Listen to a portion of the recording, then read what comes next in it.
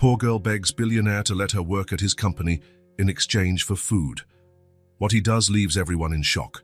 The Rowan Industries building cut through the sky like a blade of glass and steel. 23 floors of calculated elegance, each polished surface reflecting the cold morning light. In the lobby, the white marble mirrored the hurried steps of executives, while the sound of heels echoed in a mechanical, predictable rhythm. Rowan Marlowe stepped out of his private elevator at 7:15, as always. His Italian suit cost more than most people's monthly salary, and he knew it. At 32, he had built a financial empire with the same coldness he used to choose his ties, without hesitation, without sentimentality. The receptionist, a middle-aged woman named Margaret, gave a discreet nod. He answered with an even more discreet nod. Words were unnecessary. She knew he didn't want to be disturbed before 8, that his coffee should be on his desk at 7:30, and that any interruption had better have a good reason. Rowan was almost at the revolving door when he saw her. A tiny little girl, maybe 8 years old, was standing in the middle of the lobby as if she had sprouted from the floor. Her brown hair was messy, and her clothes, a faded pink t-shirt and jeans with stains, looked like they had seen better days. She held a small plastic bag in her hands, clutching it to her chest as if it were a treasure. "Please, sir." Her voice trembled a little, but she lifted her chin. "Are you the owner of this place?" Rowan stopped. In the 15 years since he had founded the company, no one had ever entered the building like this. The security system was impeccable. How on earth had a child gotten past the doormen? "I am." His voice came out drier than usual. "And you're not supposed to be here." "I know I'm not." She took a step forward, her eyes shining with a mix of desperation and hope. "But I was thinking, please, don't you need someone to clean? I work really well. I swear I'll clean everything up nicely, without breaking anything." Margaret rose from her desk, clearly alarmed. Rowan motioned for her to stay where she was. For some reason, he was curious. "Clean?" He arched an eyebrow. "We have a professional cleaning crew." "I know you do." The girl looked around the lobby, admiring the gleaming marble and crystal chandeliers. Then she turned her eyes back to him, and there was a desperate plea in them. "But I could do some extra work. Just for today, just this once, in exchange for food, or money to buy food. Please." The last part was said with a brutal honesty that made something stir in Rowan's chest. He looked at her face more closely. There was a determination there that didn't match her age, but there was also something else, a vulnerability she was trying to hide. "How old are you?" 8. "And where are your parents?" The girl lowered her eyes for a moment. "I don't have parents right now."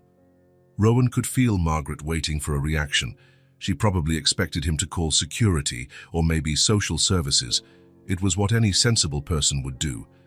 But there was something about this child that intrigued him.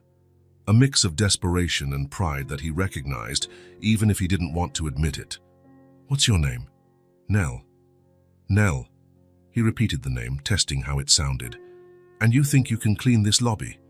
Her eyes lit up as if he had offered her diamonds. "Yes, I can. I have cloths here in my bag, and I know how to use the cleaning products right. I can make the windows shine so much you'll be able to see yourself in them." For a fraction of a second, Rowan almost smiled. Almost. Instead, he looked at Margaret and nodded. "Margaret, get her the necessary supplies and supervise her work."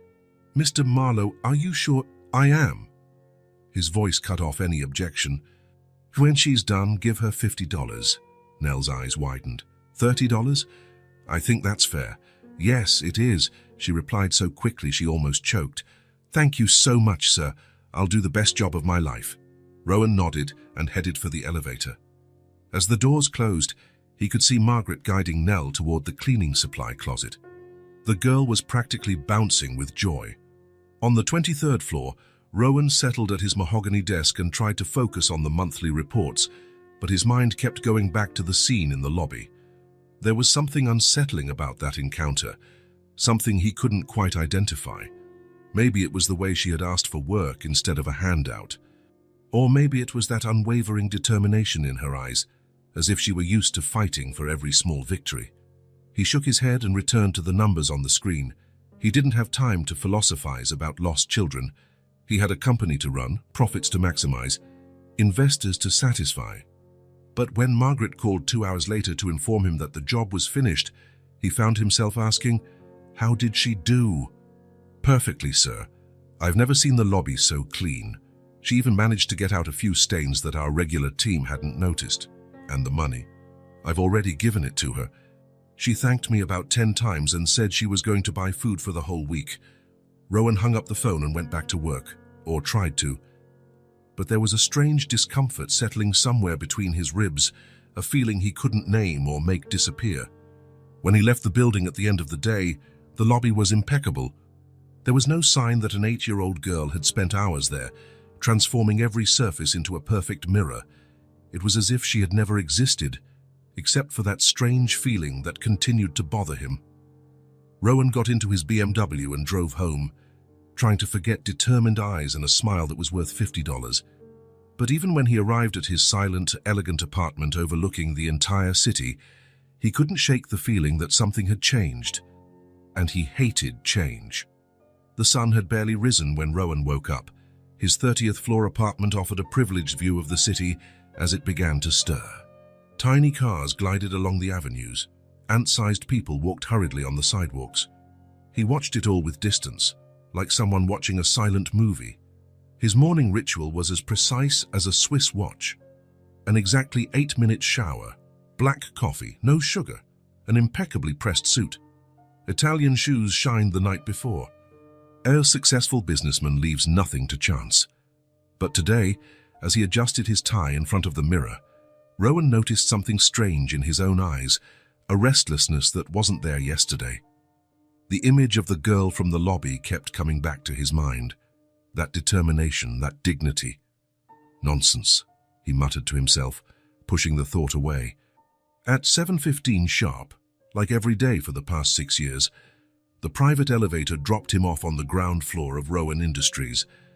And that's when he saw her. Nell was standing in the exact same spot as the day before, as if she had never left. The same plastic bag in her small hands, but today there was something different, a smile. A smile so big, so full of hope, that for a moment Rowan felt a tightness in his chest. When she spotted him, she waved enthusiastically, as if they were old friends. "Good morning, sir. I came to work again." Rowan stopped in the middle of the lobby. He felt the muscles in his back tense automatically, as they did when he was about to close a difficult deal. Margaret, the receptionist, looked at him with a mixture of curiosity and apprehension, clearly unsure how to react to the situation. "Nell," his voice came out harsher than he intended. "What are you doing here?" "I came to clean." She held up the bag as if it were a trophy. Her eyes shone with a mixture of pride and expectation. "I thought maybe you'd need me again today. I can do the bathrooms too if you want. I know how to clean toilets really well." The sincerity of those words hit Rowan like a punch to the gut. He looked around, noticing that some employees who were arriving were starting to watch the scene with curiosity. "No." The word came out sharp, harder than he had planned. "You can't stay here." Nell's smile wavered, but it didn't disappear completely. There was a persistence in her that was almost painful to witness. "But I did a good job yesterday, didn't I? Mrs. Margaret said it was very clean." "It was," Rowan admitted, crossing his arms and assuming the posture his competitors feared in negotiations. "But yesterday was an exception. This is no place for a child." The last word seemed to hit Nell like a slap. The smile finally vanished. She looked at the floor, then at him, then at the floor again. Her small fingers squeezed the handle of the plastic bag so tightly that her knuckles turned white. "I understand." Her voice was just a whisper now. "Sorry to bother you." And that was it. There were no tears, no drama, no tantrum. She simply accepted the rejection as if she were used to it. She turned her back and walked toward the door, her small shoulders visibly slumped, as if carrying an invisible weight. Rowan stood in the middle of the lobby, watching the tiny figure walk away. Something tightened in his chest, a strange, uncomfortable feeling he couldn't name and didn't want to examine. He shook his head and headed for the elevator, annoyed with himself for even thinking about it. "Mr. Marlowe." Margaret's voice reached him as he was almost at the elevator door. What? He didn't turn around. She looked hungry. Rowan didn't answer. The elevator doors closed, and he ascended to the 23rd floor, trying to forget sad eyes and slumped shoulders that seemed too small to carry so much weight. But he couldn't. During the 8 o'clock meeting, he found himself looking out the window, his eyes subconsciously searching for a small figure on the street below. The vice president of marketing had to repeat a question twice before Rowan registered it. At 10, he cancelled an important call with Japanese investors, citing an urgent commitment that had come up at the last minute. There was no commitment, just a restlessness that wouldn't let him concentrate. At lunch, sitting in his favorite restaurant overlooking Central Park, he barely touched his food. The waiter, who had known him for years, asked if there was something wrong with the dish. There wasn't. The problem was elsewhere. At 3 in the afternoon, he found himself drawing meaningless circles in the margin of a multi-million-dollar contract. The serious face of the CFO indicated that he had asked a question Rowan hadn't heard. "I'm sorry, could you repeat that?" The CFO frowned, concerned. In 15 years, no one had ever seen Rowan Marlowe distracted during a business meeting. At 5:30, as he was organizing his documents to leave, Margaret knocked on his office door. She entered without waiting for an answer, something she never did. "May I speak with you, sir?" Quickly, Rowan didn't look up from his papers. "It's about the girl, Nell." Margaret closed the door behind her, her expression serious. "Sir, I know it's none of my business, but what?" Rowan finally looked at her. "She came back at lunchtime." Margaret seemed to be choosing her words carefully. "She didn't come into the building, she just stayed outside, watching." Rowan felt the tightness in his chest intensify. And when I went out to buy my sandwich, she was sitting on the sidewalk. I asked if she was okay, and she said yes, that she was just resting a bit." Margaret hesitated, as if weighing whether she should continue. Rowan realized he was holding his breath. "Margaret, get to the point." "Sir, I don't think she has anywhere to go." The words hung in the air like an accusation. Rowan looked at Margaret, then at the window, then at his own hands, which were now gripping a pencil with unnecessary force. "That's not my problem." His voice sounded empty even to his own ears. "I know it's not, sir, but nothing." Rowan stood up abruptly and grabbed his jacket. "She is not my responsibility." Margaret nodded silently and left the office. There was nothing more to say. Rowan arranged the papers on his desk with stiff movements, trying to ignore the annoying voice in his head that said he was being a first-class idiot. The truth was that Nell had disturbed something inside him, something he preferred to leave dormant. A memory, perhaps, an echo from another life, another time. 20 minutes later, Rowan descended in the elevator to the ground floor. The lobby was empty and impeccable, with no trace of the presence of an 8-year-old girl who, a few hours earlier, had been there, asking for just one chance. Night had fallen over the city. The air was cool, and lights were beginning to turn on everywhere, transforming the buildings into gigantic jewel boxes. Rowan walked to his black BMW parked in the reserved spot with his name on it. He was putting the key in the lock when he heard a noise, a metallic noise like cans clanking against each other. He turned his head in the direction of the sound and saw, across the street, a small figure crouched next to the dumpsters. His heart involuntarily sped up. Nell was there, rummaging through the trash with her small hands. For a moment, Rowan was paralyzed, unable to move or look away. Then, without thinking about what he was doing, he crossed the street almost at a run, ignoring the angry honk of a taxi that had to brake sharply. "Nell." She turned, startled like a cornered wild animal. She had dirt smudges on her face and hands. Her hair was messier than it had been that morning. When she saw him, she quickly tried to hide something behind her back. "Hi, sir." Her voice was a thread, but there was still dignity in it. "What are you doing?" The question was stupid, he knew. It was obvious what she was doing. Nell looked at the ground, ashamed. "Nothing." "Nell," Rowan's voice came out softer, almost gentle. "Show me what you have there." Reluctantly, as if admitting a crime, she brought her hands forward. She was holding half a sandwich wrapped in crumpled aluminum foil, clearly taken from the trash. The bread was already showing signs of mold on the edges. I was hungry. Her voice was just a whisper now. I didn't find anything today. The tightness in Rowan's chest turned into something physical, a real pain that made him take a deep breath. He knelt beside her, not caring that his $5,000 pants were touching the filthy alley floor. "Nell, where do you live?" "Nowhere." She wouldn't look at him. "What do you mean, nowhere?" She shrugged, a small, resigned gesture, as if she were talking about the weather and not about being homeless. "The house caught fire. I got out. They didn't. They who? My parents." The words came out simply, without drama or self-pity, as if she were reporting a daily fact. "It's been 2 weeks." Rowan felt the world stop for an instant. 2 weeks. "Yeah?" Nell finally looked at him. "That's why I came to work at your company yesterday. I need to buy food, you know." There was an impeccable logic to that explanation, a practical need that left no room for sentimentality. Rowan looked at her face, dirty, thin, yet still determined.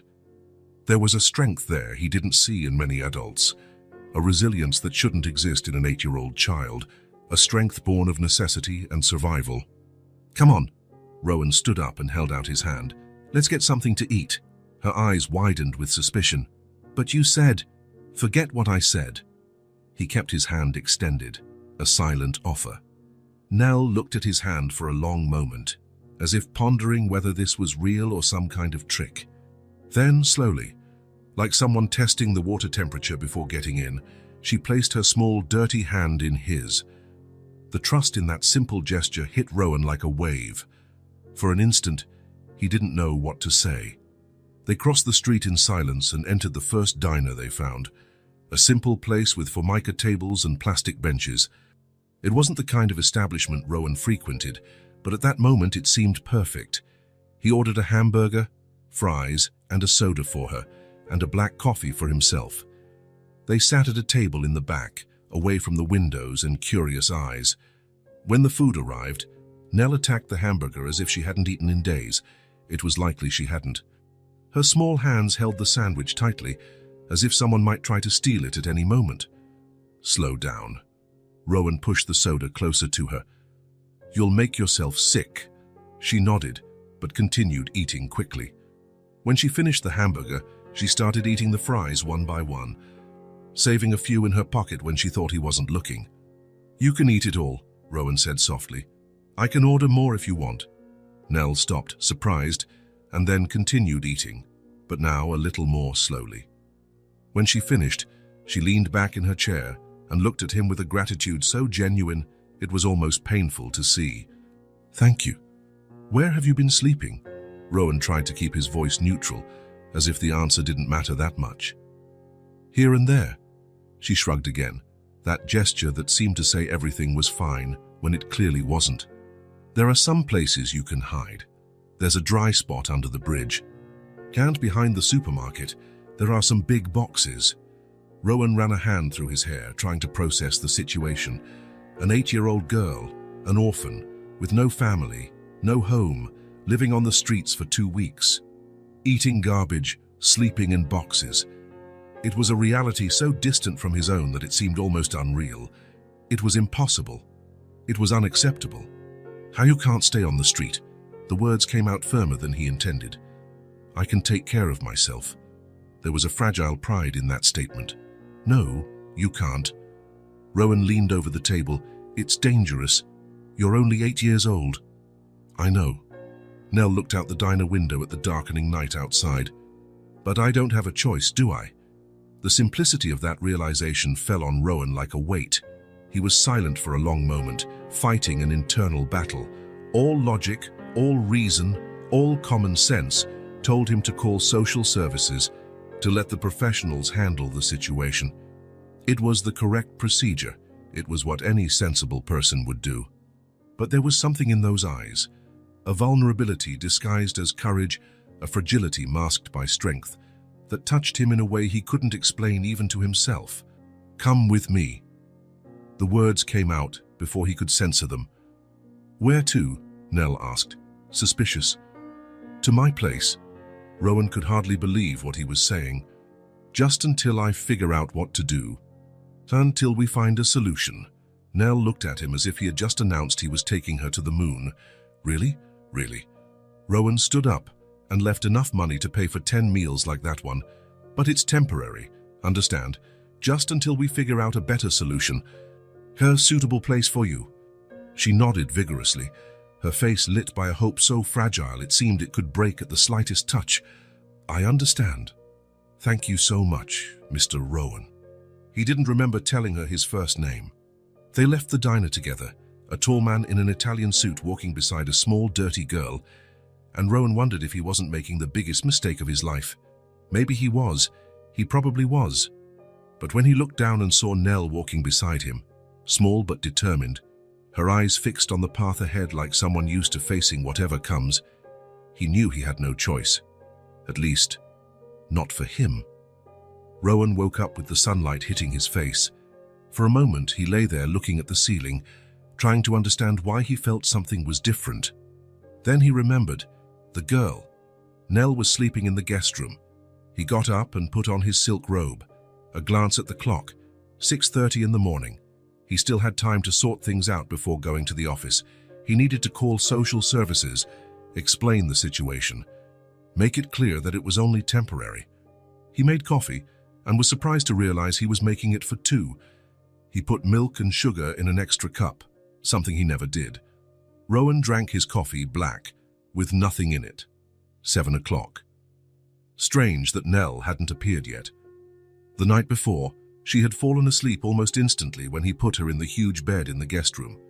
She looked so small among the Egyptian cotton sheets. Maybe she was shy or scared. He walked down the hall to the room and knocked lightly on the door. No answer. He knocked again, a little harder. Nell, are you awake? Silence. A thread of worry began to form in his chest. He turned the doorknob and slowly opened the door. Nell was curled up in the sheets, her face red and shiny with sweat.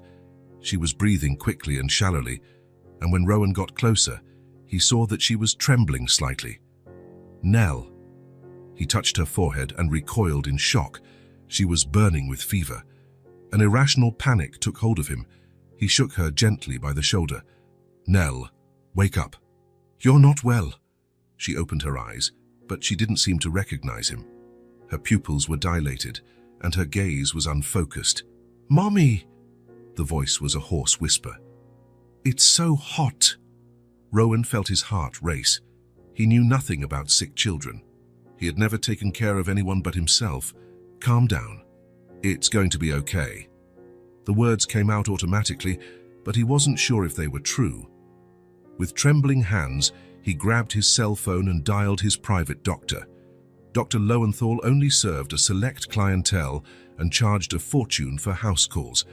But money was the least of Rowan's worries at that moment. Come now. It's an emergency. While he waited, Rowan tried to get Nell to drink some water. She coughed and turned her face away. He wiped her forehead with a damp cloth, unsure if he was helping or making things worse. Her breathing seemed more difficult with each passing minute. What had happened? Last night she seemed fine. Tired, yes, but not sick. She had eaten a sandwich and taken a shower before bed. Her face was clean and her eyes, though exhausted, seemed alert. The 20 minutes it took the doctor to arrive felt like 20 hours.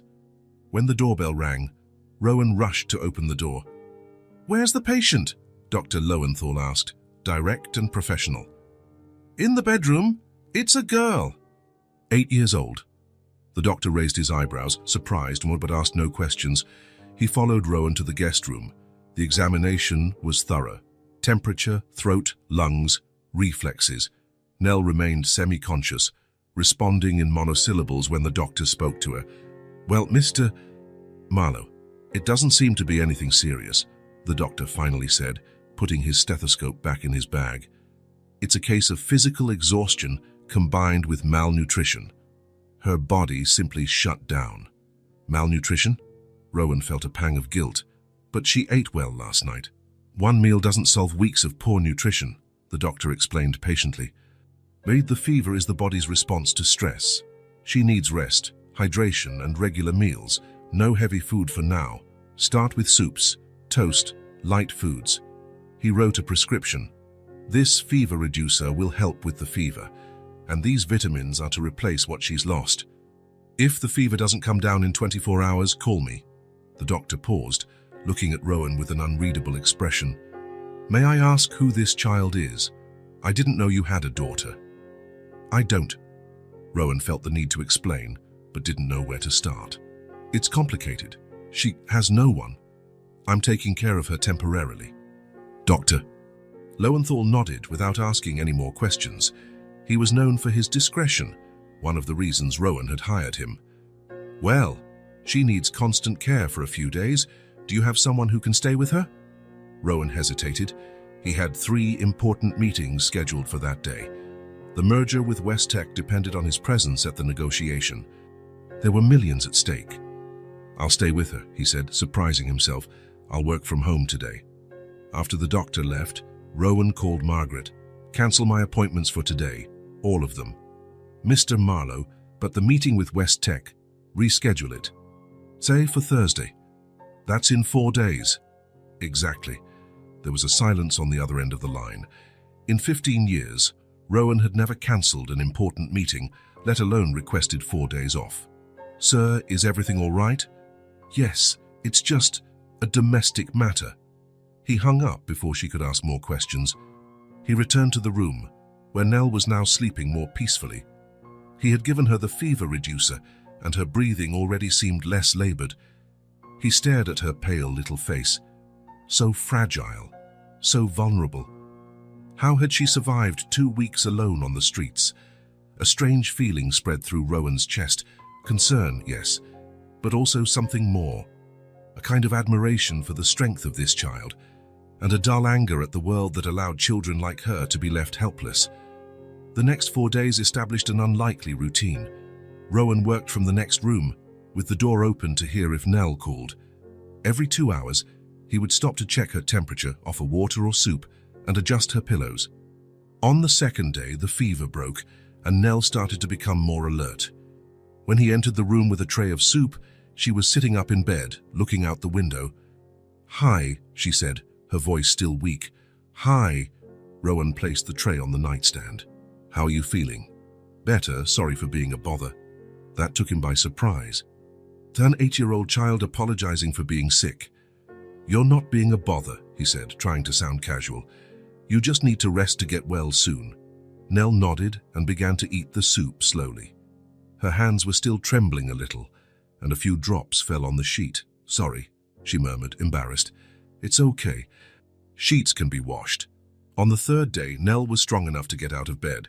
Rowan found her in the hallway, leaning against the wall, trying to get to the living room.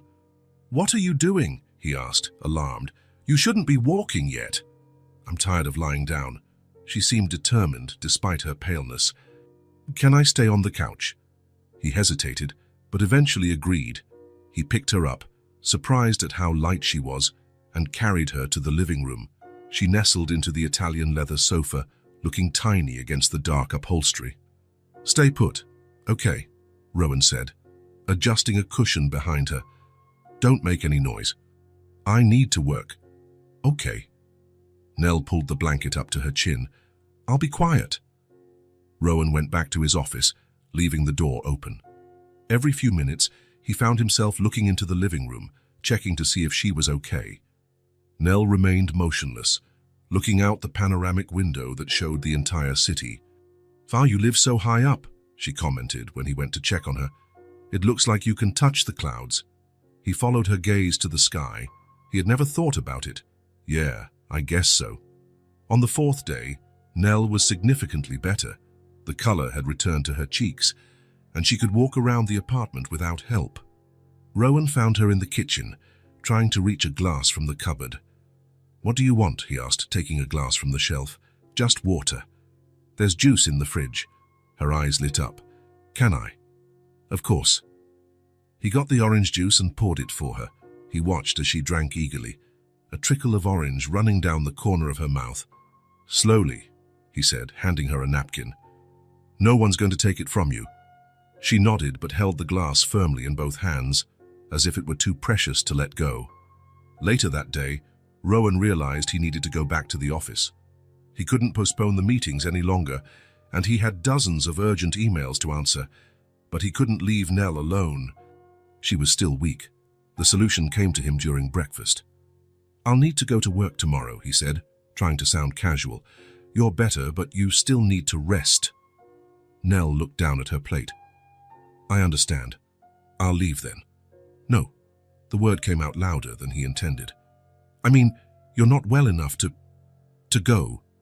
I was thinking you could stay here, but I need to work." "I can stay by myself," she said quickly. "I won't break anything. I promise." Rowan shook his head. "That's not it. I just need to be sure you'll be okay." He stood up and went to his office, returning with a sketchbook and a box of colored pencils. He had asked Margaret to buy them the day before. "Here. So you don't get bored." Nell looked at the supplies as if they were gold. "Is this for me?" "It is." He placed the sketchbook and pencils on the table. "You can draw while I'm away, but you have to promise you'll rest too." "I promise." She was already opening the box of pencils, admiring the colors. "So I'll draw beautiful things." When Rowan returned from work that evening, he found the house silent. For a moment, he felt a tightness in his chest, thinking Nell had left. But then he saw her, asleep on the couch, the sketchbook open beside her. He approached silently and looked at the drawing. It was a house with a large tree next to it. In front of the house, two figures, one small and one large, holding hands. Something inside him contracted. In the days that followed, they established a routine. Rowan went to work, and Nell stayed home, drawing and resting. He bought more books for her, simple games, puzzles, anything to keep her busy and quiet. "Don't make a mess," he would say before leaving. "And don't open the door for anyone." "Okay, Mr. Rowan." Sometimes he got annoyed by little things. A glass out of place, pencils scattered on the floor, crumbs on the coffee table. "Can't you be more careful?" he would ask, harsher than he intended. Nell always responded the same way. "I'm sorry. I'll clean it up." And she would, with such diligence that Rowan felt guilty for having complained. One morning, he found a drawing on the refrigerator door, held by a magnet. It was a portrait of him, in a suit and tie, his hair perfectly combed. Underneath, in careful letters, it read, "Thank you for taking care of me." On another occasion, he found a folded note on his desk. Inside, a drawing of colorful flowers and the message, "Have a good day." Small gestures that he pretended to ignore, although his eyes returned to the drawings more often than he would like to admit. One evening, coming home late from work, Rowan found Nell asleep on the living room couch. The television was still on, with the volume almost at a minimum. She had the sketchbook on her lap and a pencil fallen on the floor. He stood there, watching her. She looked so small against the large dark leather sofa, so fragile. For a moment, he almost smiled. But then he hardened his expression and cleared his throat loudly. "Nell, wake up. It's late." She opened her eyes slowly, blinking several times until she focused on his face. "Hi, Mr. Rowan." Her voice was hoarse with sleep. "I was waiting for you." "You shouldn't have. It's past 10. His voice came out colder than he intended, and the TV was left on. "That wastes energy." Nell sat up on the couch, rubbing her eyes. "I'm sorry, I'll turn it off." Rowan sighed, picking up the remote and turning it off himself. "Go to bed. It's too late for children to be awake." Nell gathered her pencils and sketchbook. But before leaving the room, she stopped and looked at him. "You know something, Mr. Rowan."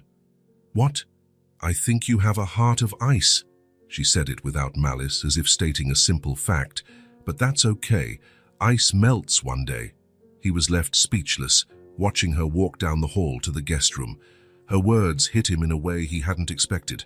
A heart of ice. Is that how she saw him? He poured himself a drink and went out to the apartment balcony. The city sparkled below, thousands of lights like earthly stars. He stood there for a long time, thinking about what Nell had said. Maybe she was right.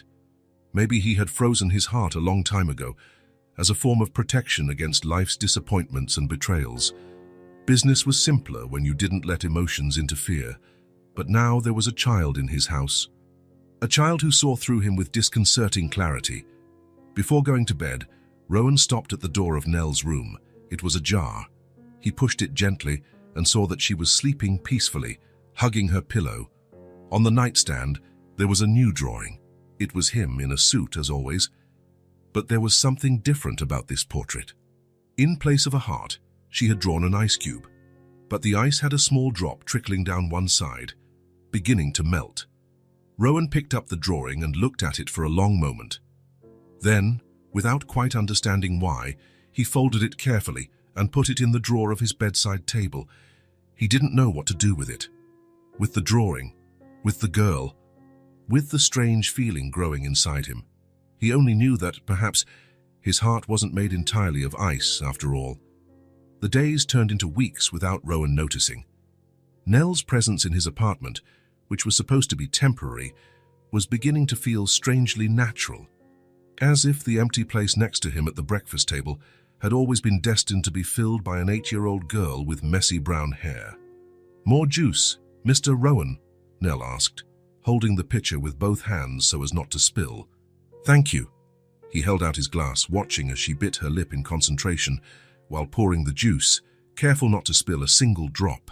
Every morning, she would wake up before him and wait patiently in the kitchen. When Rowan appeared, already dressed for work, he would find the table set, 2 plates, 2 glasses, napkins folded with childish precision.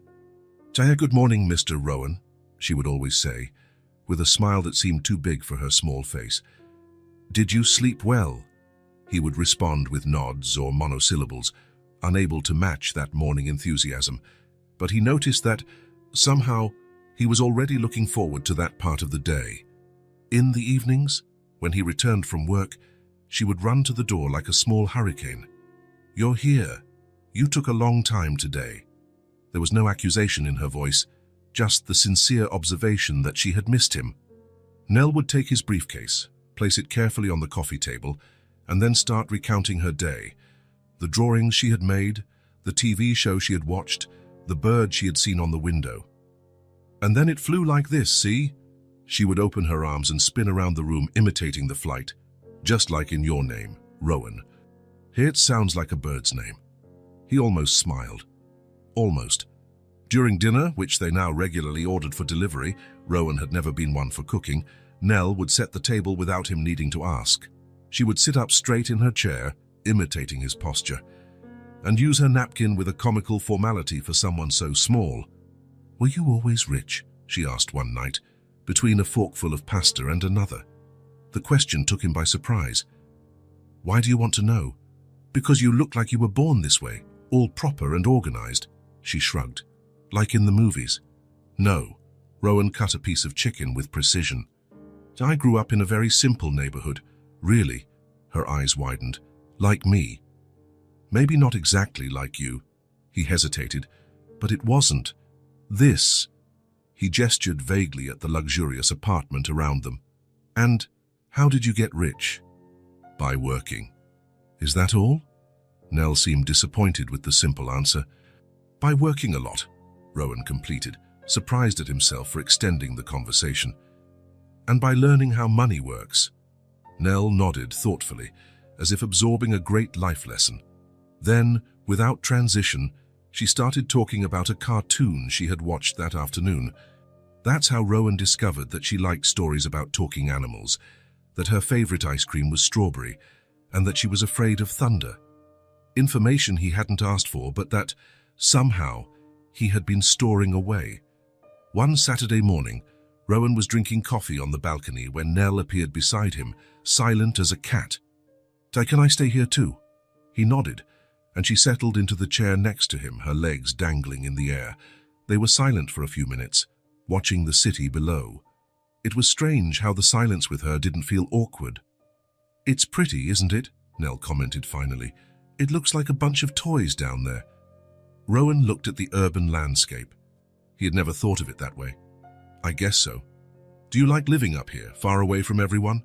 The question was simple, but it touched on something deep. Why had he chosen to live so isolated, so above the world? "I like the quiet," he answered after a moment. "Me too." Nell hugged her knees. Yeah, but sometimes it's nice to have someone around, right? He didn't answer, but something in that innocent observation made him think. Before Nell, his apartment was impeccable, silent, and empty. Now there were drawings on the fridge, small shoes in the hallway, occasional laughter. It was less perfect, but strangely more livable. That afternoon, while working in his office, he found a drawing carefully placed among his documents. It showed two figures on the apartment balcony. The larger one, with dark hair and a suit, was holding a cup. The smaller one, in a red dress, was sitting beside him. Both were looking at a blue sky full of colorful birds. Rowan looked at the drawing for longer than he intended. There was something disturbing, and at the same time moving in the way she portrayed them, together as a unit. That night, after dinner, Nell appeared at the office door with her sketchbook. "Mr. Rowan, can I stay here while you work? I promise not to make any noise." His first reaction was to refuse. His office was his sanctuary, the place where he needed total concentration. But something in her hopeful gaze made him hesitate. "All right, but absolute silence." Nell tiptoed in, as if the floor were made of glass, and settled on the small sofa in the corner of the room. She opened her sketchbook and began to draw, casting occasional glances at him. Rowan tried to ignore her and get back to work, but her presence, though silent, filled the space in a way he wasn't used to. It wasn't bad, just different. After an hour, he realized she had fallen asleep, the sketchbook still open on her lap, a pencil loose between her fingers. He stood up and approached silently. In the sketchbook, there was a new drawing. Him sitting at his desk, working. But in this drawing, unlike in reality, he was smiling. Something moved inside Rowan's chest. He took a light blanket he kept in the office and carefully covered Nell. She stirred in her sleep, but didn't wake up. He returned to his desk, but couldn't concentrate anymore. He watched the sleeping girl and thought about how his life had changed in the last few weeks, how his apartment, once so silent and organized, now had life, how his mornings and evenings, once so predictable, now had little surprises, and how he, who had always valued solitude and independence, was now beginning to feel a strange comfort in the presence of this child. In the days that followed, Nell continued to leave little signs of her presence throughout the apartment. A drawing on the refrigerator door, a "have a good day" note in his briefcase, a paper flower on top of his bedside table. They were simple gestures, but they had a deep and unexpected effect. As if she were, slowly and gently, melting something that had long been frozen inside him. One evening, when Rowan arrived from work, he found Nell in the kitchen, standing on a stool, setting the table for dinner. "What are you doing?" he asked, surprised to see her so at ease. "Setting the table," she replied simply. "I saw a show on TV that taught me how... Look, the forks go on the left side." She had placed 2 candles in the center of the table and folded the napkins into elaborate, albeit slightly crooked, shapes. "Is it a special dinner?" Rowan asked, confused. "Yes," Nell smiled, proud. "It's been a month since I got here. It's our Annie something. Anniversary. That's it. 1-month anniversary." Rowan was speechless. He hadn't realized it had already been a month that he had been sheltering a strange child in his home, a month that his routine and organized life had been turned upside down, a month that, for the first time in years, his apartment didn't just feel like a place to sleep, but a home. "Can we order pizza?" Nell asked, hopeful. "Please." "All right." Rowan heard himself agree, although he didn't usually eat pizza. Just this once. The smile she gave in response was so radiant that, for a moment, he felt something warm and unfamiliar spread through his chest. Later, after Nell had gone to sleep, Rowan stood in the dark living room for a long time. The truth he didn't want to admit was that her presence in his life, in which should have been a disruption, a problem to be solved, was becoming a comfort, a point of light in days that were previously just efficient but empty. When he finally went to bed, he found a new drawing on his pillow. In it, the same 2 figures from previous drawings, him and Nell, were sitting at the kitchen table with 2 lit candles between them. Above, in colorful letters, was written, Happy 1 month. Rowan put the drawing in his bedside table drawer, along with the others he had been collecting without realizing it. Something was happening, something for which he had no name or defense, something that, for the first time in a long time, he didn't want to control or understand, just feel. On Monday morning, Rowan woke up before the alarm went off. He lay there looking at the ceiling, his mind strangely clear. Something had changed during the night. A decision had formed as he slept, like water slowly freezing until it becomes solid. He was getting too involved, letting himself be carried away by a situation that should never have happened. He got up and dressed with meticulous care, choosing his most formal suit, as if the armor of fine fabric could protect him from his own feelings. In the mirror, his face looked the same as always, controlled, confident, distant. But his eyes told a different story.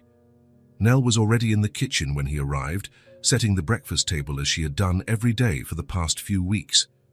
"Good morning, Mr. Rowan." Her smile was as radiant as ever. "I made toast. Do you want it with jam or butter?" "I don't have time for breakfast today." His voice came out colder than he intended. "I have important meetings." Nell's smile wavered for an instant, but she quickly recovered. "That's okay. Can I make you a sandwich to go?" "No need." He picked up his briefcase and walked to the door. He felt her eyes following him, confused by the sudden change in behavior. "I'll be back later. Behave." In the elevator, he took several deep breaths. It was the right thing to do. The situation had gone too far.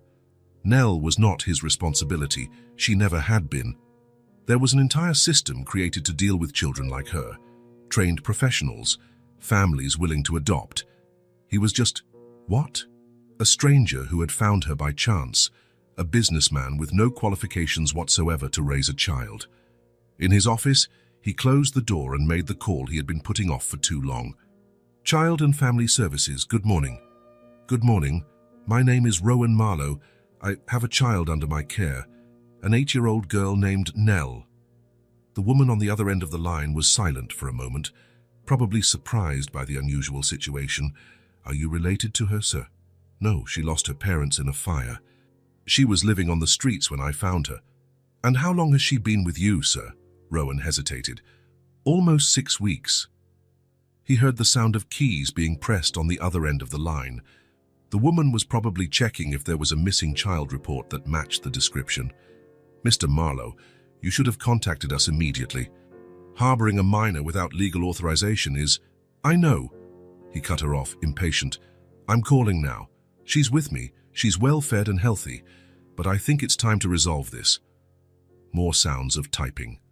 The woman's voice returned, now more professional. "I'm going to forward your case to the social worker on duty. She will contact you to schedule a visit later today." "How long until—" Rowan stopped, not knowing how to phrase the question. "Until the child is placed in a shelter or foster home.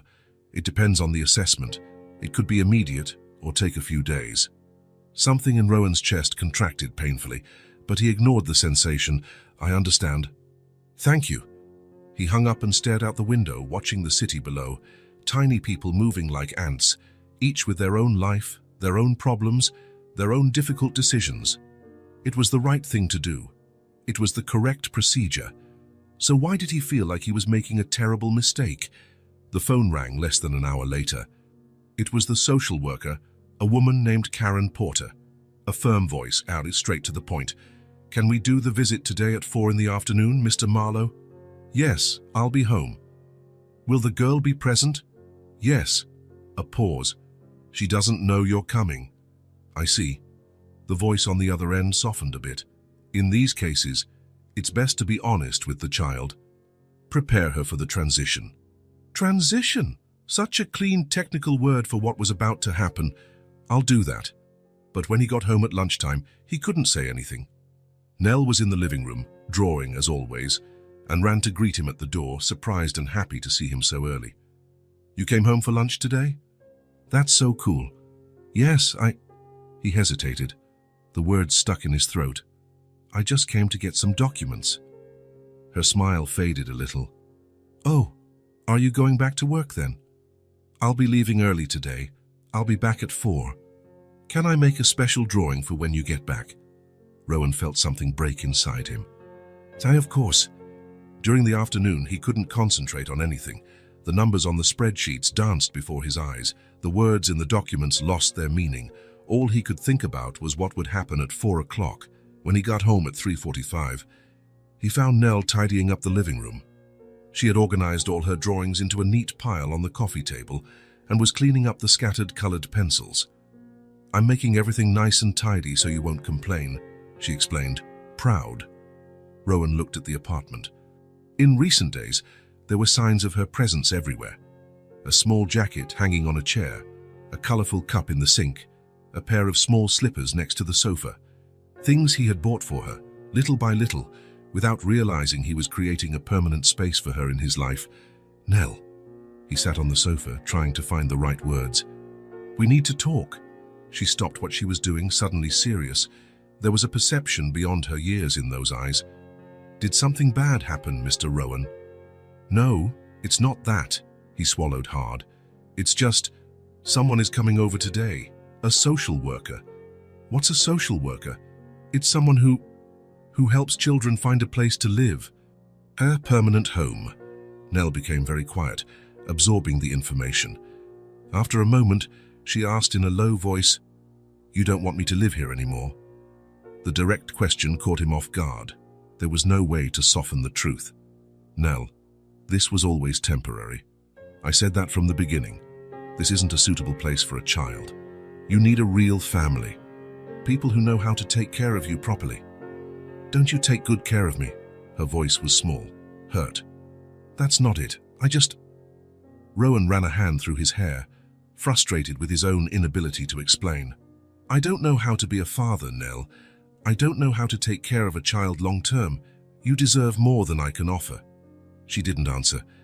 She just looked at her own feet, swinging slightly in the air.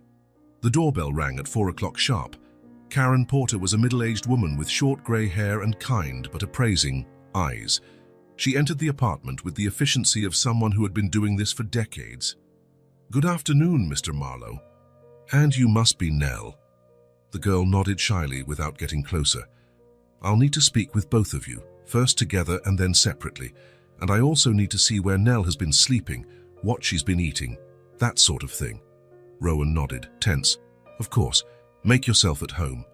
The social worker spent the next hour meticulously assessing the apartment. She checked the refrigerator, well stocked. Nell's room, adequate, though without childlike decor. The bathroom, clean, appropriate hygiene products for children. Then, she talked with Nell alone in the room, while Rowan waited in the living room, unable to concentrate on anything. When they came out, Nell's eyes were red, but she wasn't crying. Mr. Marlowe, can we speak privately? Karen asked, indicating the kitchen. He followed her, closing the door behind him. Well, I must say I'm surprised, the social worker began. The situation is unconventional, but Nell seems well cared for. Healthy, clean, fed. She speaks very highly of you. Rowan didn't know what to say. However, Karen continued, as you yourself pointed out, this is not a permanent situation. Nell needs stability, a family that can commit to her long term. I understand. I have a spot available in a very good foster home. The Patterson family has cared for several children in similar situations. They are experienced and loving. When does she need to go? Karen consulted her watch. I can take her right now if everything is ready. Does she have any luggage? Luggage. The word sounded strange. What did Nell have to take?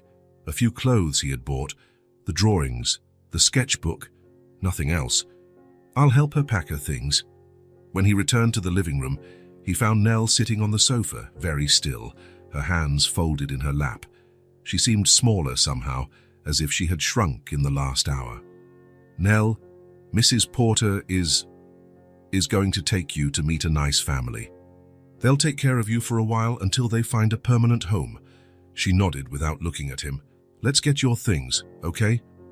In the bedroom, Rowan grabbed the small suitcase he had bought weeks ago when he realized Nell would need a place to keep her clothes. He began to place the carefully folded items inside, while she watched in silence. "You can take all your drawings," he said, trying to sound cheerful. "And the colored pencils too. I'm sure they'll like your drawings as much as—" His voice trailed off. "As much as you do," Nell completed, finally looking at him. "Yeah." She walked to the dresser and picked up a drawing that was hidden in the drawer. It was different from the others, more elaborate, with more details. It showed the two of them sitting on the sofa, reading a book together. Something they had done only once, but that she had clearly kept in her memory. "This is for you to keep," she said, holding out the paper. "To remember me by." Rowan took the drawing, feeling his throat tighten painfully. "Thank you." Back in the living room, Karen Porter was waiting patiently, her briefcase now full of notes. Nell stood with the small suitcase in one hand and the box of colored pencils in the other. "Are we ready?" the social worker asked. Nell nodded, but didn't move. She kept looking at Rowan with an intensity that made him look away. "Mr. Rowan?" "Yes, Nell." She dropped the suitcase and the box, and before he could react, she ran and hugged him tightly. Her small arms could barely circle his waist, but the grip was surprisingly strong. "Thank you for everything," she whispered against the fabric of his shirt. "It was nice living with you." Something broke inside Rowan. He felt as if he were falling from a very high place, with nothing to hold on to. He wanted to say something, anything, but the words wouldn't come. Nell pulled away, picked up her things, and walked to Karen Porter, who was waiting with a gentle smile. "Let's go, dear." Rowan walked them to the door, moving like an automaton. When the social worker held out her hand to say goodbye, he shook it mechanically. "We'll be in touch to update you on her situation if you'd like." "Yes, please." And then they were leaving. Nell looked back one last time, her small face serious and composed, no tears. She gave a brief wave and disappeared down the hallway. The door closed with a soft click that seemed to echo in the now empty apartment. Rowan stood there for a long time, unable to move. The drawing was still in his hand, slightly crumpled where his fingers gripped it too tightly. Finally, he walked to the window and looked down at the street below. He saw Karen Porter and Nell leave the building, two tiny figures seen from the 30th floor. The social worker opened the door of a grey car and Nell got in. A moment later, the car drove off, blending into the city traffic. And just like that, she was gone. Rowan turned back to the silent apartment. Everything was exactly as it was before Nell arrived. Elegant, organized, impersonal. Except now there were ghosts everywhere. The sound of laughter where there had only been silence, the memory of small footsteps in the hallway, colorful drawings where there were now only white walls. He sat on the sofa and looked at the drawing in his hands. Him and Nell together, sharing a simple moment of reading. A moment that, at the time, seemed ordinary, even annoying in its interruption of his routine. Now it seemed precious. A deep unease settled in his chest, something for which he had no name. It wasn't just guilt or regret. It was a sense of loss, as if something vital had been torn from him, something he didn't know he needed until it was no longer there. A week, 7 days since Nell had left, 7 days that Rowan had spent pretending that everything was fine. On the first day, he convinced himself he had done the right thing. He went back to work, immersed himself in meetings. When he got home, the silence felt like a relief. No constant questions, just order and peace. On the second day, he found himself looking at the clock at 5 in the afternoon, feeling a restlessness. It was the time he usually left to hear Nell recount her day. On the third day, he opened the fridge and saw a half-empty carton of orange juice. Her favorite. On the fourth day, he passed by the department store and saw a small dress, red with white polka dots. He stopped, imagining how Nell would look in it. On the fifth day, Margaret asked if he was feeling well. "You look tired, sir," she said. Rowan replied that he was great. A lie. On the sixth day, Sunday, the apartment felt too big, too empty. And now, on the seventh day, Rowan finally stopped pretending. The apartment was immaculate after the cleaning crew's visit, everything exactly as it was before Nell appeared in his life. And yet, it wasn't the same. In the bottom drawer of the guest room dresser, he found a sketchbook she had forgotten. The last page showed an unfinished drawing, the beginning of his profile, looking out the window. Just a few lines traced with childish care. Next to the sketchbook, 2 colored pencils, one blue and one red, and a small star-shaped eraser. In the kitchen, a yellow mug with a sunflower design remained in the cupboard. Nell's favorite mug, which he had bought when he realized she always tried to use that particular one. "It matches your smile," he had said, and she smiled even wider. In the office, a pile of drawings carefully stored in the top drawer, drawings he hadn't had the heart to throw away. There was their story. The first one, showing 2 figures holding hands, the one of the heart of ice beginning to melt, the one celebrating their 1 month together. The phone rang, pulling him from his thoughts. "Mr. Marlowe, this is Karen Porter from Child and Family Services. Did something happen to Nell?" "No, she's fine. I'm just calling to give you an update. Nell is adjusting to the Pattersons' home." "And how is she?" There was a hesitation. "Physically, great. Emotionally, she's quiet, according to the reports. She doesn't talk much. Quiet." Nell, who always had a story to tell, an observation to make, a question to launch into the universe. Quiet. "Well, I also wanted to inform you that we are looking for a permanent family for her. There are a few promising possibilities." "Can I visit her?" The question came out before he could stop himself. "We normally don't recommend visits during the transition period. Maybe in a few weeks, when she's more settled. And if she's placed for permanent adoption?" The decision to allow contact with people from her past will be at the discretion of the new family. The reality of those words hit him like a punch. In a few weeks, he might never see Nell again. "Thank you for the information, Mrs. Porter." He hung up the phone and sat in silence, looking at the drawings spread out before him. The last one Nell had given him, the one of them reading together, seemed to stare back at him, accusingly. It was then that the truth finally hit him, clear as sunrise. It wasn't just guilt he felt. It wasn't just a vague regret. It was love. Sometime between finding a hungry girl rummaging through the trash and watching her leave with a tiny suitcase, he had grown attached. No, more than that. He had begun to love her as if she were his own daughter. And now that she was gone, there was a void in his chest that nothing seemed to fill. The apartment was no longer just silent, it was mute. It was no longer just organized, it was sterile. It wasn't a home, it was just a place to exist. Rowan stood up abruptly. He picked up the phone and dialed his secretary's number. "Margaret, cancel all my appointments for tomorrow, and for the day after tomorrow as well. Mr. Marlowe, but the board meeting, cancel everything. I have an urgent personal matter to attend to." He hung up before she could protest. Then he took the drawings, the unfinished sketchbook, the pencils and the yellow mug, and carried them to the bedroom, placing them carefully on the bed that had been Nell's. The decision was made, clear, definitive, irrevocable. He was going to get her. He was going to bring her back. Not as a temporary solution, but forever, as his daughter. How had it taken him so long to see the obvious, that this girl, who had entered his life by accident, had become as essential as the air he breathed? For the first time in years, perhaps for the first time in his life, Rowan knew exactly what he wanted. And for the first time, it had nothing to do with business, success, or money. It had to do with a smile that lit up a small face, with colorful drawings and a yellow mug with sunflowers. It had to do with the empty space in his heart that only a certain 8-year-old girl could fill. Tomorrow, he would bring her home.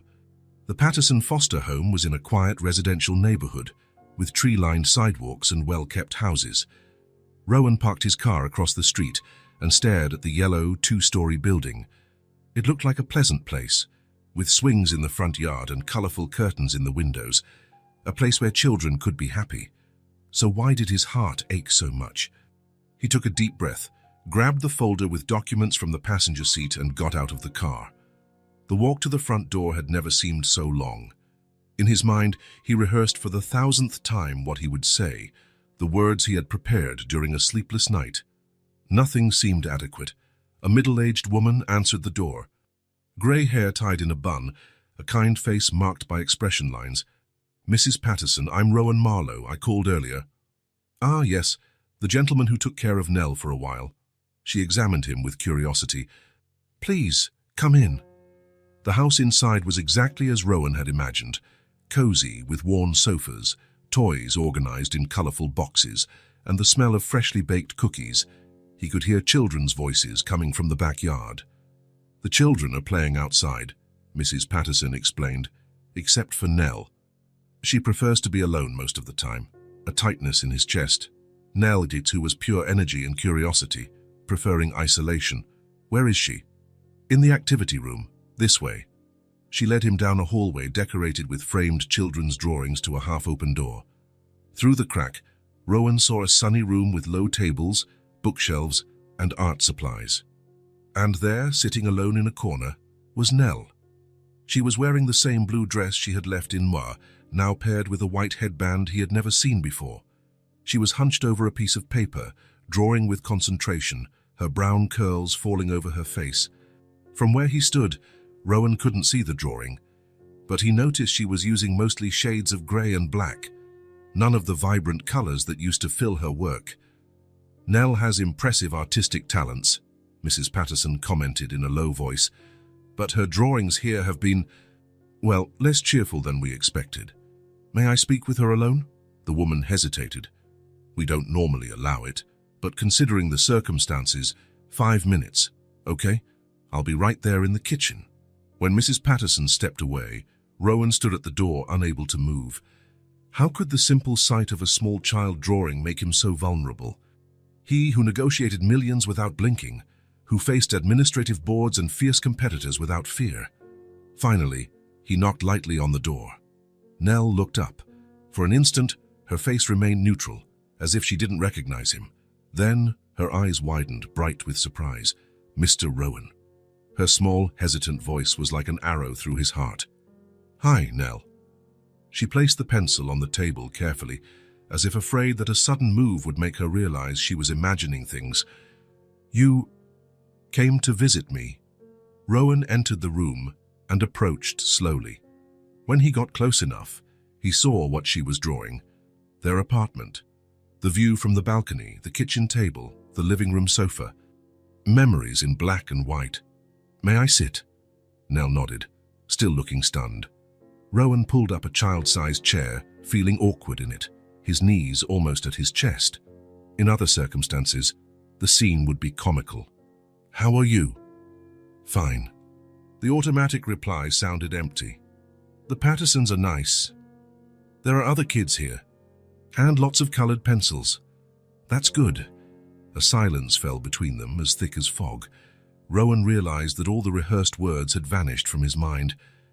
"Mrs. Karen said I'm going to meet families soon," Nell said suddenly, looking at the unfinished drawing. "Families that might want to adopt me." "And how do you feel about that?" She shrugged, a resigned gesture. "It's okay, I guess. Better than being alone, right?" The simplicity of that statement made something break inside Rowan.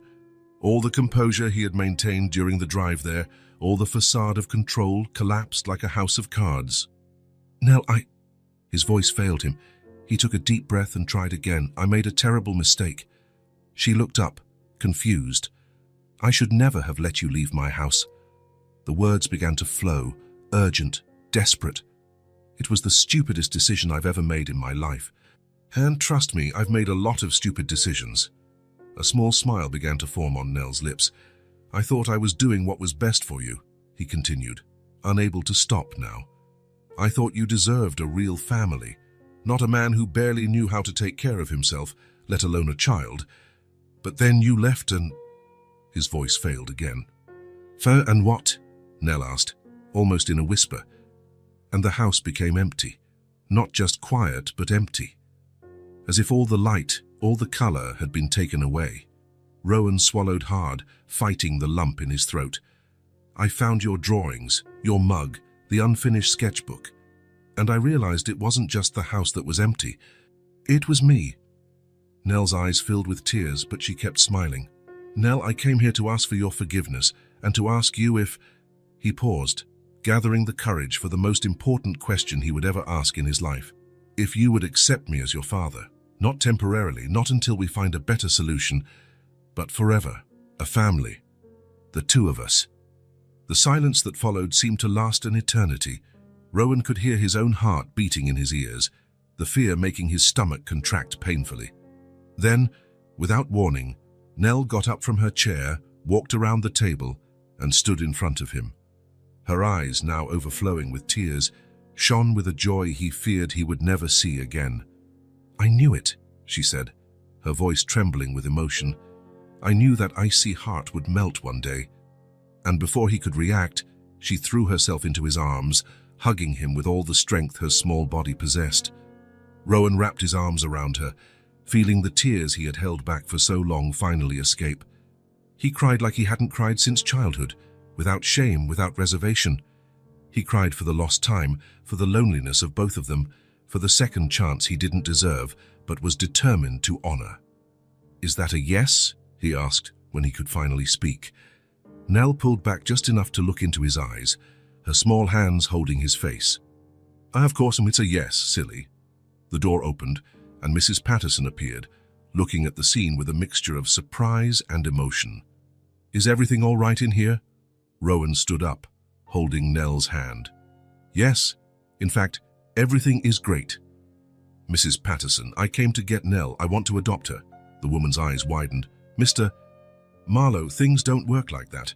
There are procedures, evaluations, waiting periods. I know." He held up the folder he had brought.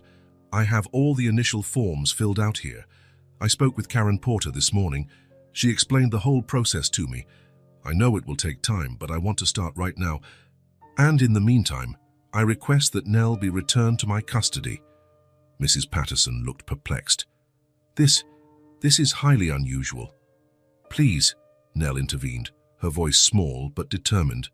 "I want to go home with my dad." "My dad?" The words hit Rowan like a ray of sunshine after an endless storm. 2 hours, dozens of phone calls, and a surprise visit from Karen Porter later. They were in the car, heading home. Nell had a small suitcase in the back seat, larger than when she had left, thanks to some extra clothes and toys the Pattersons kindly allowed her to take. The process would be long, Karen had warned. There would be interviews, psychological evaluations, home visits, background checks, financial analyses. The bureaucracy to turn a single, inexperienced bachelor into the legal adoptive father of a child was monumental. "It will be worth it," Rowan had said, with a certainty he had never felt before. Now, driving back to the apartment, he watched Nell in the rearview mirror. She was looking out the window, absorbing the city with renewed eyes, as if everything were extraordinary. Every few minutes, she would turn to him and smile, as if to make sure it was real, that she wasn't dreaming. "Mr. Rowan." "Yes? Can I just call you Dad now?" Something warm and luminous spread through his chest. "Of course you can." "Dad." She tested the word, savoring it. "Dad, Dad." Rowan laughed, a sound so genuine and relaxed that he almost didn't recognize it as his own. "We have to redecorate your room," he said as they entered the building's elevator. "That guest room is too boring for an 8-year-old girl. Can I pick the color?" "Of course." "Pink? No. Blue? No. Purple? Purple with stars?" "Purple with stars it is." When the apartment door opened, Nell ran inside, inspecting every corner as if to make sure nothing had changed. She stopped in the living room, looking at the coffee table where Rowan had left the unfinished sketchbook and pencils.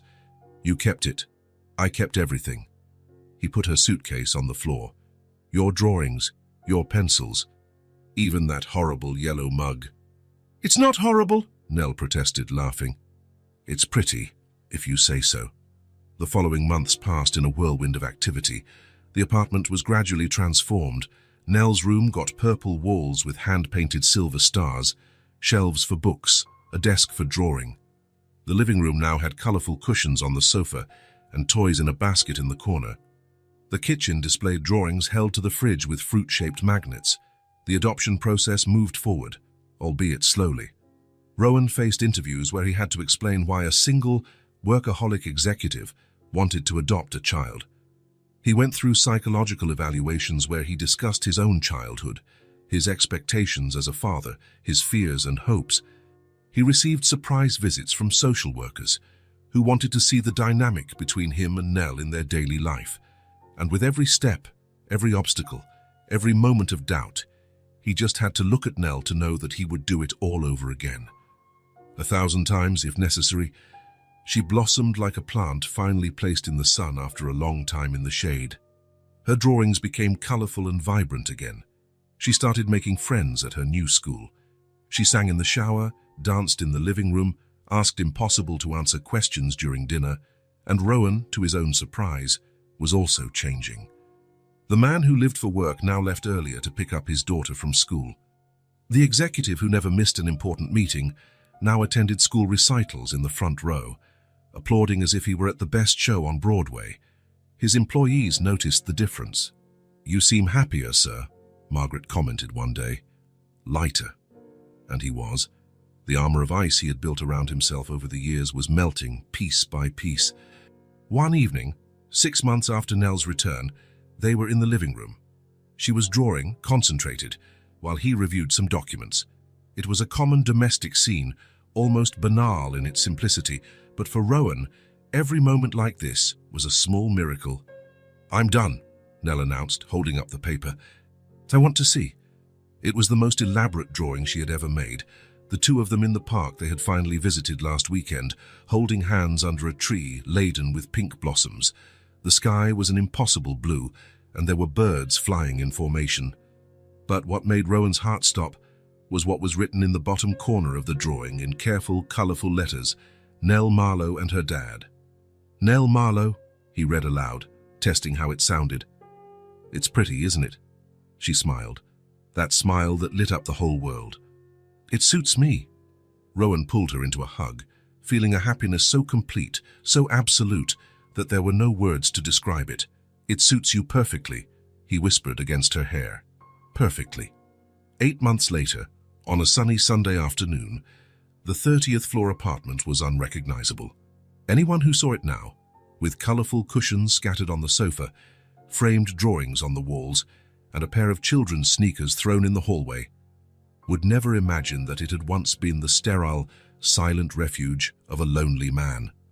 The kitchen, once pristine with its never-used stainless steel appliances, now showed clear signs of daily use. Fruit magnets on the fridge holding drawings and shopping lists, a growing collection of colorful mugs, and on the wall, a calendar full of notes about school meetings, swimming lessons, and doctor's appointments. In the living room, the Persian rug that was once just a decorative item now housed a small city of building blocks. The bookshelf, which once displayed only business books organized by height, now shared space with children's volumes, dolls, and board games. It was a home, a real home. Rowan entered the kitchen, his hair still damp from the shower, wearing jeans and a simple t-shirt, a look that, a few months ago, he would have considered unthinkable for himself. "Nell? Breakfast is ready? Coming, Dad?" "Dad." The word still made his heart do a little leap, even after all these months. It was like magic, a spell that transformed the man he was into the man he wanted to be. Nell came running in, barefoot, wearing pajamas with unicorn prints that she had chosen on their last trip to the mall. Her brown hair was tied in a messy braid she had tried to do herself. "I made pancakes," Rowan said, placing a plate in front of her. "They're with strawberries, just the way you like." "Thanks." She attacked the food with enthusiasm, swinging her legs under the table. "Can we go to the park later? Emma's going to be there with her new puppy." "Of course. But first, you need to clean up that mess of blocks in the living room." Nell made a comical face. "But Dad, it's a whole city. It'll take forever to take it apart." "Cities are built and dismantled," he replied, pouring himself some coffee.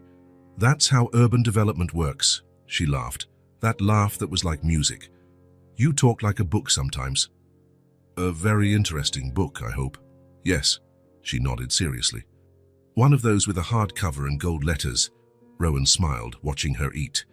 It still surprised him sometimes, this ability Nell had to see things in him that he didn't even notice himself, as if, somehow, she saw him better than anyone ever had. The adoption was still in process, although everything indicated it would be finalized in the coming months. The judge had been impressed with the changes in Rowan's life, and Karen Porter's reports were extremely positive. "I've never seen such a successful adjustment," she had commented on her last follow-up visit. At the company, everyone had noticed the transformation. The demanding, inflexible boss now delegated more, left on time, and, most surprisingly, occasionally smiled. Margaret, who had worked with him for over 15 years, commented that she had never seen him so human. "It's the Nell effect," he replied simply. After breakfast, as promised, Nell cleaned up the blocks, with some reluctant help from Rowan, who was eventually convinced to save at least the main building from complete demolition. They went to the park, where Nell and Emma, her best friend from school, ran after the new Labrador puppy while Rowan chatted with other parents. This was also new: casual friendships, conversations about teachers and extracurricular activities, swapping tips on how to deal with nightmares and picky eating. A whole world he didn't even know existed until Nell entered his life. When they returned home in the afternoon, exhausted and happy, Rowan suggested they read a little before dinner, a ritual they had established in the first few months together and which they both loved.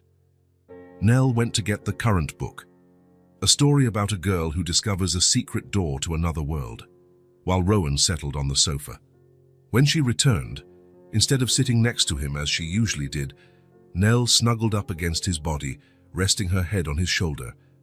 The gesture was so natural, so full of trust, that for a moment Rowan couldn't breathe. "You can start chapter 7, she said, opening the book to the marked page. "It's where the girl finds the unicorn." Rowan cleared his throat, found the page, and began to read.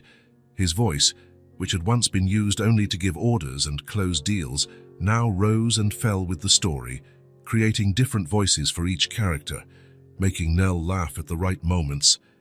Outside, the sun began to set, painting the sky in shades of orange and pink that reflected in the windows of the other buildings. The city was preparing for the night, lights turning on one by one, like earthly stars. When they finished the chapter, Nell didn't ask to continue as she usually did. Instead, she stayed quiet, looking out the window at the spectacle of the sunset. "I like our home," she said finally, her voice small and dreamy. Rowan followed her gaze, seeing the apartment through her eyes. No longer an impersonal space decorated by professionals, but a home created by them, together. Every toy out of place, every drawing on the wall and every colorful cushion, everything told their story. "Now it's yours," he replied, kissing the top of her head. "And so am I." Nell smiled, that smile that had melted his heart of ice on that first day in the lobby of Rowan Industries. A smile that he now knew would continue to melt his heart every day for the rest of his life. "Forever?" she asked, though she already knew the answer. "Forever," he confirmed. And it was true. The life Rowan had planned for himself, full of financial success and empty of real connections, had been completely rewritten by a girl who had the courage to ask for work in exchange for food, who had looked at a man everyone considered cold and calculating and seen something that not even he knew existed. As the daylight faded and the first stars appeared in the sky, father and daughter remained embraced on the sofa, in silence. Not the oppressive silence of before, but a comfortable silence, full of all the words that didn't need to be said.